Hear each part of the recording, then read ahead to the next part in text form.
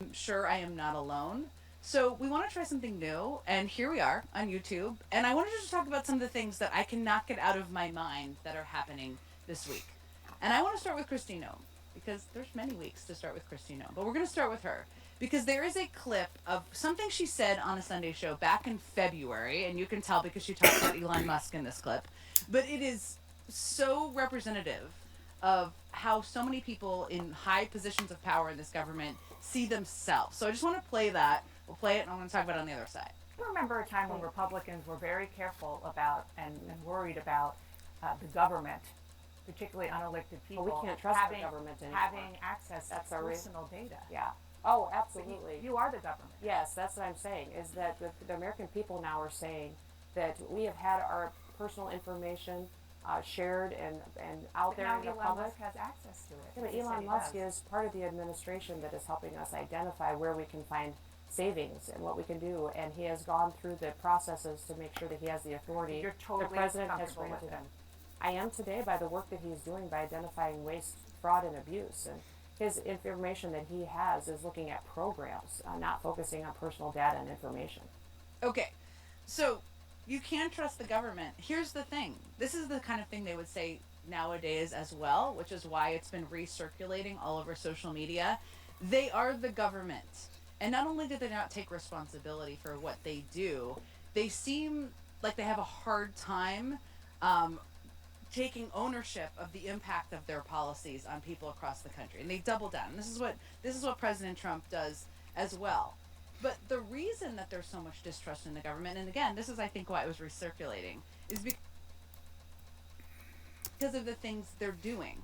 I mean, right now, look at the last week and what happened in Minneapolis, and the video that we have all seen, and the continued efforts by ICE and others in Minneapolis around them to completely terrorize communities. We've seen it at Roosevelt High School, we've seen it in neighborhoods, we've seen people dragged from their cars.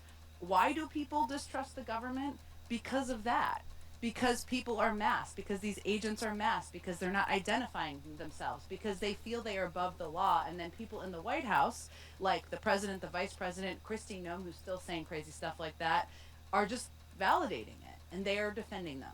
So that is why that stuck out. Now, what what gave me a little encouragement, we all need a little hope in our lives, and I always need hope in my lives, and sometimes you find it on social media, even though social media can be crazy, is this video. I don't know who this is, I don't know his name, but I just want to play it because he kind of, he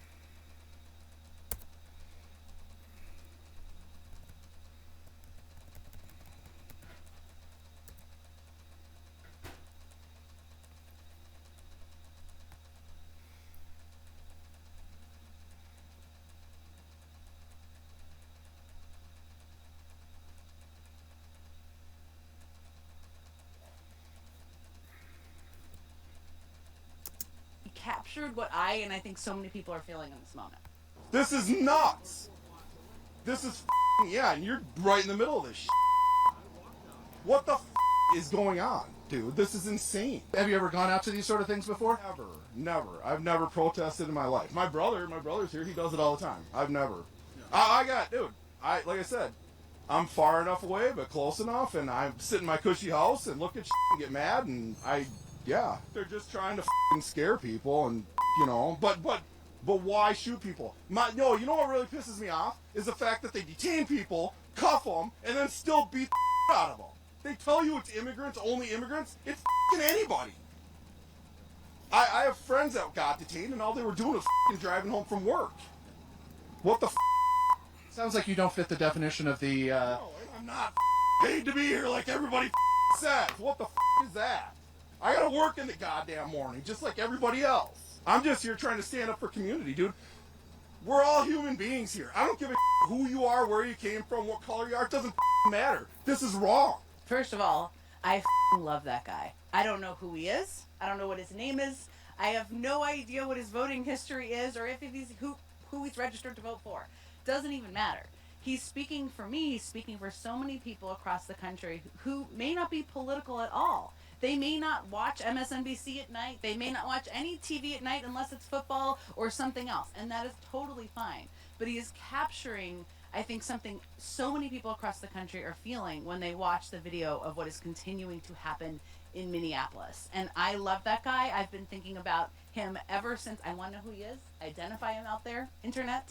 But I can't stop thinking about him ever since I saw that video. And as I was thinking about Minneapolis this week, and we've been covering it a lot and talking about it a lot, because I think part of it is showing and the courage of people in these communities to pull out their phones or pull out their cameras and share that video. And we've been trying to share it as well as much as we can.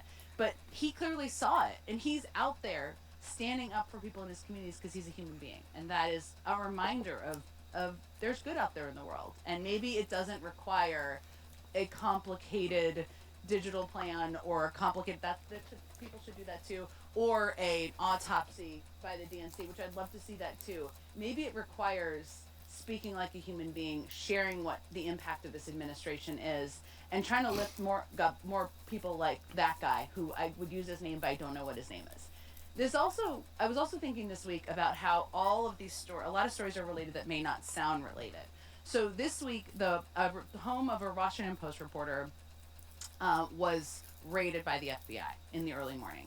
And it's so easy to normalize things in this day and age. That is not normal. It is cuckoo. It is crazy. And what's interesting to me, or one of the things I find very notable, I should say, is that she has written a lot of stories about the federal government. She became a reporter who was so well sourced in the federal government over the last year. She wrote this piece in December that is so powerful, just about her experience of being a point of contact for people in the federal government who frankly feel disillusioned, feel sad, feel depressed. I mean, some of them shared their own mental health struggles with what's happening in the federal government. So it seems of particular interest that they raided her home. Now, there's a guy that they've already put in jail who is, I mean, he'll have a trial and everything, but who has leaked classified information, and that's obviously something in any government you go after, and it's not something you can do when you're in the government. But this is a journalist who's been a point of contact for so many federal workers. That is a important detail here, because you know what this government is trying to do, you know what the Trump administration is trying to do? Silence everybody. Reporters, Jimmy Kimmel, I mean, that was obviously a big one. They're trying to silence members of Congress. They're trying to silence protesters, basically anyone who is opposed to them. And this Washington Post story, the story about this Washington Post reporter sticks out to me because it's a part of this. They're trying to scare journalists, but they're also trying to scare federal workers from talking to journalists and telling their stories. And frankly, we would have no idea what was happening in the federal government if federal workers didn't talk to journalists, because whistleblowers or people who just have the courage to tell the stories of what's happening is really how we know anything. The other story that kind of stuck out to me this week, that again may sound unrelated, but it's all related, is Jay Powell. Now, I worked in government for a very long time. The chairman of the Federal Reserve is a super nerd. I mean, a person who wears a pocket protector, maybe 5 pocket protectors, I don't know, and you want them to, because you want them to be kind of an economic and data expert. Most people don't even know who the Federal Reserve chair is. Most people don't even care. Most people don't know the sound of their voice, even if they know who they are. And Jay Powell, what he did in response, and I want to play this video because normally if somebody is going to be under investigation or threatened to be investigated in the federal government, otherwise you say nothing. You're quiet because you're fearful of the impact it would have on the case. And that is not what's happening right now, and it's not what should be happening. But here's the, okay, we're going to play the video of the Federal Reserve Chair. The threat of criminal charges is a consequence of the Federal Reserve setting interest rates based on our best assessment of what will serve the public, rather than following the preferences of the president.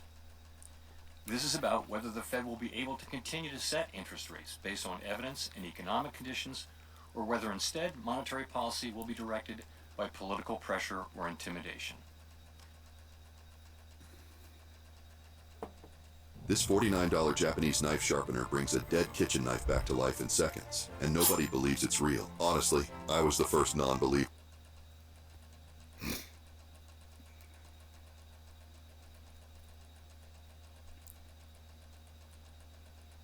Okay, that I was just looking up for my notes on this because this is like a stunning statistic.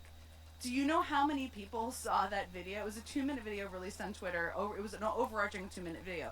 87 million views as of the last time we checked. 87 million views of Jay Powell, the Federal Reserve Chair, who was punching back and speaking out. Now, was that kind of a fire and brimstone speech? It was not. He was just standing up for the importance of the independence of the Federal Reserve and punching back, which I think is so important in this era. What this has also done, which I think is also an interesting trend, is united people. I wouldn't say they're going to dine together, but people who don't normally agree on much, like say Jamie Dimon, right? The ultimate banker, and Elizabeth Warren, who agree on very little, but they have spoken out about the impact of threatening the independence of the Federal Reserve, because what it will do if they go with what Trump wants to do is it will have a horrible long-term impact on the economy, on interest rates, on all sorts of things. So they agree on that, and it's not just them. There are people in Congress. I mean, Lisa Murkowski, not a surprise. Mike Lawler, he's got a tough re-election. That's fine. But there are people, and I'm just looking at my notes here because I could not believe some of these people who were on this list. French Hill. I mean, you know who that is? He's a conservative. He's the chairman of the House Financial the committee in the House that oversees financial resources. That committee. And he's not a person who goes against Trump typically. But he spoke out against this. Kevin Cramer, who says crazy things all the time, he spoke out against this. So that's kind of, it's telling. Now, given everything that has happened, and I just touched on some of the stories, and there's others that in just the first 2 weeks of this year are so jarring and jolting. It's a bit like an avalanche. And just remember, we ended the year last year with the Epstein files, which we should still be talking about because it's now still been many weeks since that information, since any elements of that information was released, and they are still violating the law in that regard. So that's where we are. We have this avalanche of news right now. It's impacting so many people across the country. The guy I showed, whose name I don't know, and then also this week, this was quite telling too. Trump went to Detroit. He wanted to talk about the economy, get people talking about the economy, and he always tries this and he fails because he says things like affordability is a Democratic hoax, which, you know what, that's not a good message and it doesn't really fly with anyone. Anyway, he gave this speech on the economy there, or he did an event on the economy, and at that event there was a guy, a UAW worker, who yelled at him that he was a pedophile protector, right? Now, instead of just walking by and just continuing to just move along with his day, Donald Trump, who loves to be in a little bubble of protection and doesn't like to be aware that anyone is critical of him, he so dreams about being popular. This is his dream. I'm convinced this is why he likes Mamdani, because he's popular, or why he liked Barack Obama, because he's popular, even though he disagrees with them on so many things policy-wise. But that aside, instead of walking by, because he just can't help himself, he basically mouthed a version of F you, and then seemed to flip him the bird in a video. It is like, this is an unbelievable thing that the President of the United States did. I'm just trying to imagine if Joe Biden or Barack Obama did any of these things. I mean, Barack Obama wore a tan suit and the Washington press corps had to be in the fetal position clutching their pearls for 3 weeks. And this president flicked off a UAW worker. Now, this UAW worker has not backed off what he did. I'd like to buy him a beer. I'd like to buy him a beer. His name is TJ Sabula. I don't know if I'm pronouncing that right. I'd like to buy him a beer with the guy in the Minnesota video. We can all have drinks because God bless them for speaking out and saying what they think. And the last thing I just wanted to talk about, I know we've covered a lot here, is healthcare. Because this is a topic that Trump definitely does not want us to talk about. And he goes out and he gives these speeches, even going to Detroit and giving a speech on the economy and trying to tell people, project to people that he is doing a good job, which the data suggests otherwise in every measurement. And you can't tell people what to think about the economy. It's what they experience. But on healthcare, because the Republicans in Congress refused to extend the Obamacare subsidies, we're sitting in a place right now. So the week where the president of the United States is trying to give a speech on the economy, we learned that 1.4 million people have decided not to renew their health insurance. And that is even before most people have gotten a bill. That is one of the most challenging weights on people's their ability to pay their bills and make ends meet is the cost of healthcare. The irony, the sad irony, is that millions of people are not going to have healthcare and not choose to get healthcare coverage because they can't afford it because the president and the party that follows him like little puppy dogs is refusing to extend it. That's happening in the same week.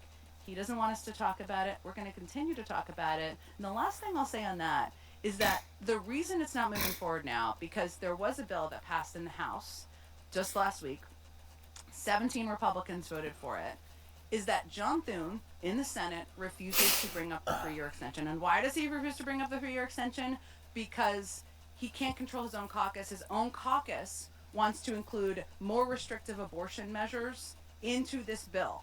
They won't just do the 3-year extension, which, by the way, is very popular in the public. This is telling, too.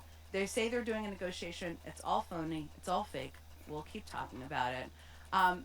Those are many of the things on my mind today. We'll be back next week. Thanks, everyone.